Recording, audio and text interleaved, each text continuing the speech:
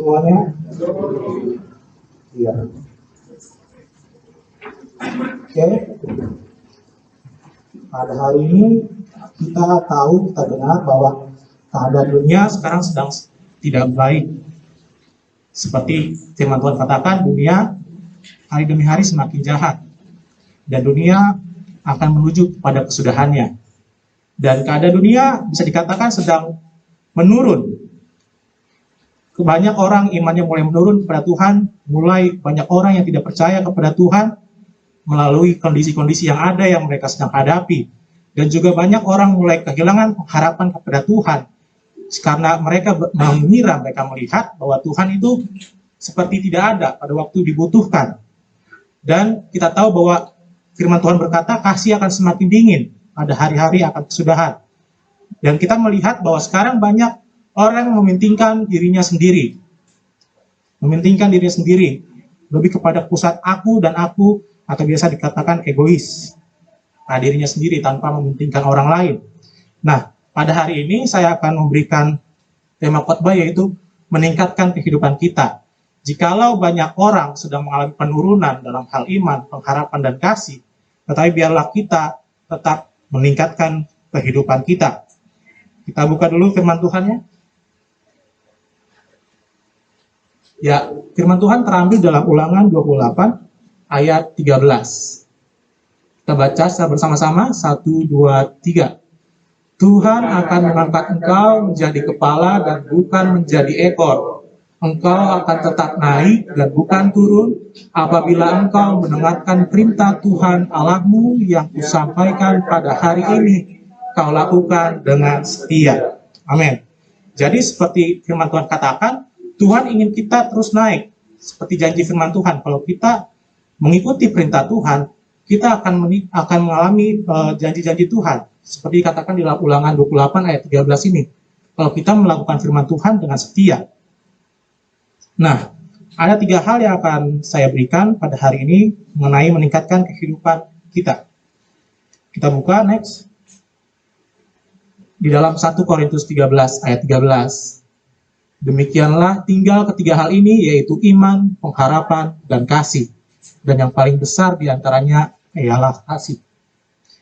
Jadi, next, yang pertama yaitu mengenai iman.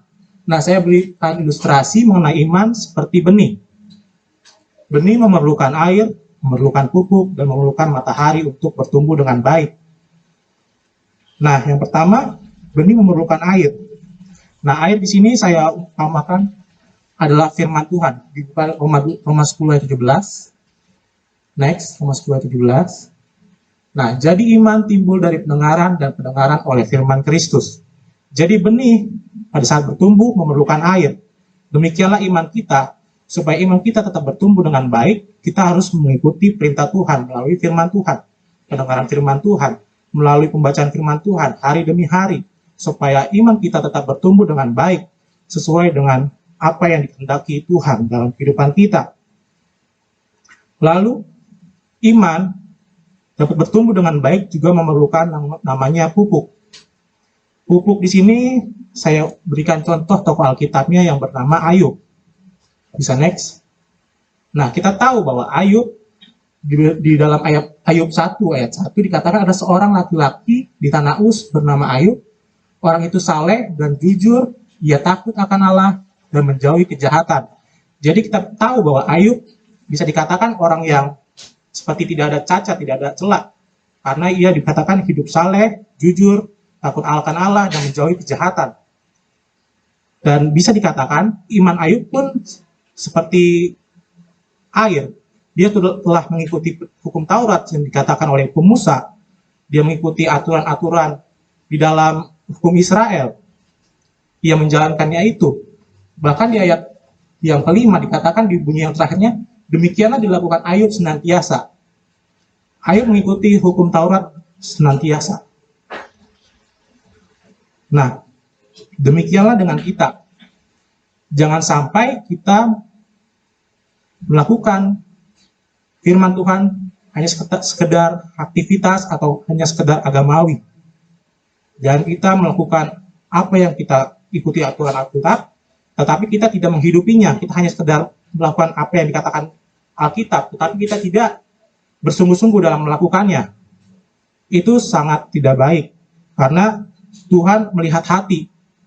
Pada saat kita datang ke gereja, Tuhan melihat hati, apakah kita sungguh-sungguh datang ke gereja, apakah kita datang hanya sekedar rutinitas, hanya sekedar agamawi, hanya ikut rutinitas ibadah, tapi Tuhan melihat hati kita. Apakah kita sungguh-sungguh datang ke gereja untuk beribadah kepada Tuhan, rindu kepada hadirat Tuhan, rindu kepada apa yang Tuhan perintahkan di dalam kehidupan kita, bersungguh-sungguh dengan hati, bukan sekedar hanya datang, duduk, mendengarkan firman Tuhan, memuji Tuhan, tetapi tidak menghidupi apa itu yang dikatakan firman Tuhan. Lalu, next. Nah, di akhir hidupnya, Ayub pun berkata, hanya dari kata orang saja aku mendengar tentang engkau, tetapi sekarang mataku sendiri memandang engkau.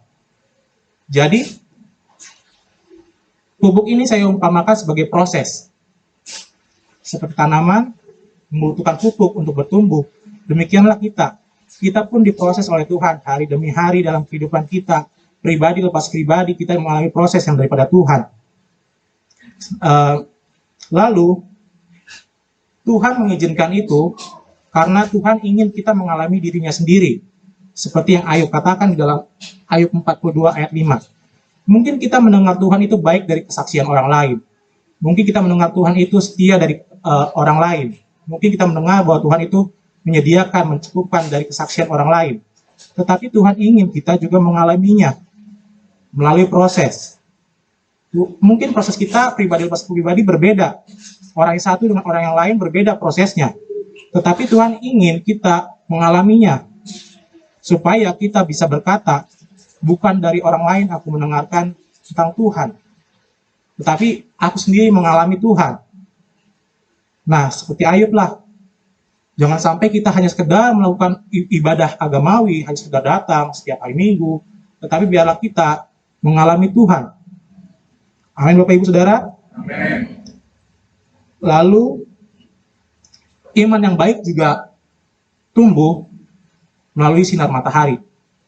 Seperti tanaman membutuhkan sinar matahari untuk berfotosintesis, untuk berbuah, demikianlah kita.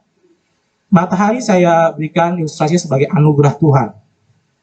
Karena kalau kita hanya sekedar membaca firman, sekedar melakukan firman, nanti kita akan tidak jauh berbeda seperti orang-orang yang ada pada zaman Tuhan Yesus. Menghakimi, memusuhi, menjauhi. Tetapi biarlah kita datang ke hadirat Tuhan, kita datang menghampiri anugerah Tuhan, supaya kita jangan ibaratnya seperti orang-orang Farisi yang hanya melakukan kegiatan agamawi, tetapi tidak melakukan itu dengan sepenuh hati. Oleh sebab itu kita sadar bahwa kita ini adalah orang berdosa. Oleh sebab itu kita butuh yang namanya anugerah Tuhan. Seperti matahari yang selalu bersinar untuk kita semua. Mungkin kalau pada saat kita mencuci baju, mencuci sepatu, kita harus membutuhkan matahari supaya bisa kering. Lalu matahari juga berguna bagi kita untuk kesehatan kita. Bahkan dianjurkan pada hari-hari ini untuk berjemur supaya daya tahan kita tetap sehat.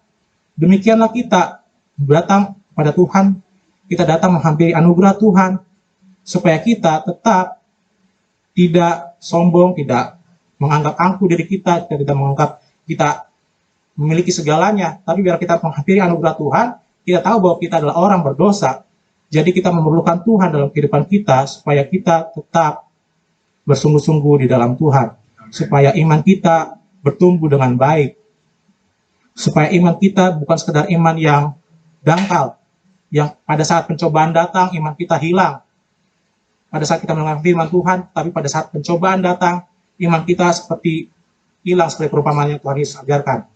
Tetapi biarlah iman kita pada saat dalam segala kondisi apapun tetap kuat di dalam Tuhan. Amin, Bapak Ibu. Oleh sebab itu, kita harus datang kepada anugerah Tuhan. Lalu, next, pengharapan. Apapun yang terjadi dalam kehidupan kita, Bapak Ibu Saudara, biarlah pengharapan kita terus hanya kepada Tuhan, tetap kepada Tuhan. Karena hanya Tuhan yang mampu menolong kita.